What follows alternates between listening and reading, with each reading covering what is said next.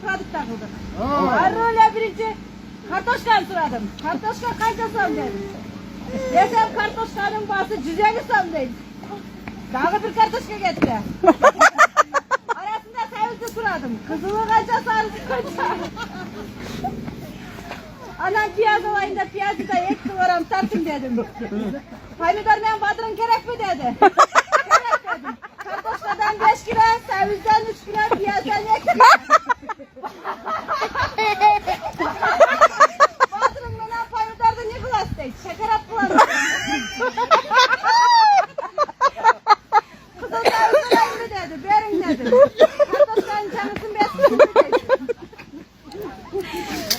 Piyazı paketle saldırttım. Haydar menen badırını da saldırttım. Dağı kartoşka menen sevizden yaşka saldırttım.